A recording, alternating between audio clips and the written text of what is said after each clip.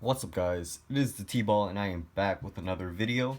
Before I start, if you guys could hit that like button and subscribe for more NBA and Jeremy Lin videos. Your support is greatly appreciated, and we are trying to hit 1,000 subscribers by the end of this year. So if you're not subbed, be sure to hit that sub button. You won't regret it. And also check out brook-lin.com for more Brooklyn Nets and Jeremy Lin articles, videos, and all that good stuff. So tonight the Bucks did beat the Nets at the buzzer 110 to 108 on a John Henson putback two. So I'm just gonna go over some key box score stats. Booker was amazing tonight with 14 points, 14 rebounds, one assist, one steal, and one block. He also had a plus minus of plus 14. Hamilton started for the resting Brook Lopez, 6 points, 3 boards, one assist, 3 steals, and 2 blocks.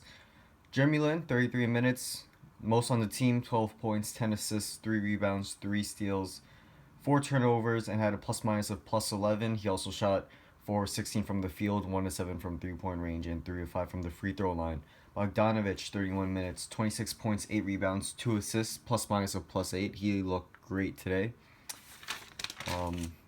Luis Scola, 18 minutes, 14 points, 8 rebounds, um, 2 assists, and 1 steal, and he also had a plus minus of plus 9.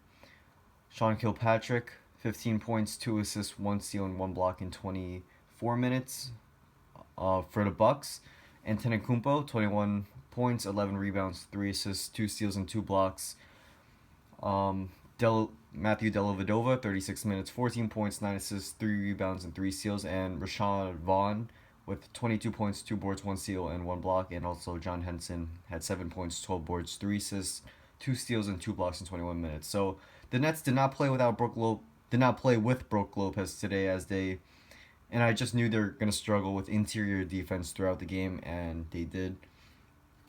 I'm pretty sure Lopez was just I'm just gonna say the Nets are trying to be cautious with Lopez, as he did have some issue with his plantar, his some foot problem, I forget, at the end of last season. So I guess they're trying to hold him back for a couple back to backs to make sure his foot is all good. Vasquez came out at the end of the first half, sprained ankle, and did not play in the second half. So we did see Isaiah Whitehead. He looked pretty good in his debut. He got a steal and a lay-in, and he also played some pretty nice defense on the Bucks guards. Also, he did have a couple of turnovers and kind of silly fouls, but he's a rookie. You gotta let it slide.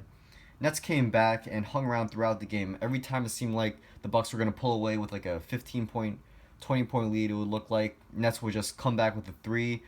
Great play by Bogdanovich in the shooting, and Lin distributed the ball pretty nicely today. Just looking at my notes. So overall, the Nets played well. Even though they did lose by 2 at the buzzer against the Bucks on the road, they were on a back-to-back against a well-rested Bucks team who hadn't played in 2 days, I'm pretty sure. So also there was no Brook Lopez. So Lin, he struggled with his shot a little bit tonight. Only 4 16 from the field, 1 7 from three, and 3 5 shooting from the free throw line. As I said before, his legs looked tired. Didn't have much lift on his shots, but he did distribute the ball well, as I repeatedly said. 10 dimes, which is great. Also had 3 steals with some pretty good defense on Dellavedova. I did see him get lost on a couple of switches when I think he was trying to, or maybe it was. I take it back. I think it might have been Bogdanovich's assignment to take Rashawn Vaughn at some points of the game. So Vaughn had a great game. Obviously, shot the ball well, 22 points. Trevor Booker, as I said before, was tremendous. Great hustle. He's a good putback guy. He can get rebounds, obviously, as you guys saw today. 14 boards today. Definitely looks like the best rebounder on the Nets by far. And his only problem I have with him is 3 point shooting. Booker went 0-2 from 3 point range today, and I'm not sure if he even hit a three so far with the Nets in the regular season. So definitely got to take less threes or start hitting more. There's something I don't like his shot form too much. It looks kind of like there's a hitch, like Kid Gilchrist, like a much smaller hitch, obviously. But I don't know. I think he got to make that shot a little smoother. And once he gets his shot, to say around like 36% from three, he's gonna be a really good player in my opinion. So Bogdanovich was clutch with the game tying three from Lin at the end of the game. with 11 seconds remaining about. And he looks like a great shooter, great standstill shooter, and hopefully he'll keep it up throughout the season. You know, if, as I said before, if Lopez played, I think the Nets could have won by a pretty good margin. I'd say maybe 10 to 15 point margin in my opinion, because Lopez would have helped stop the Bucks from getting some easy shots inside. As you guys know, Hamilton isn't the best interior defender, but you know it is what it is. Um, you know, it's just a shame that if Lopez played, Nets win.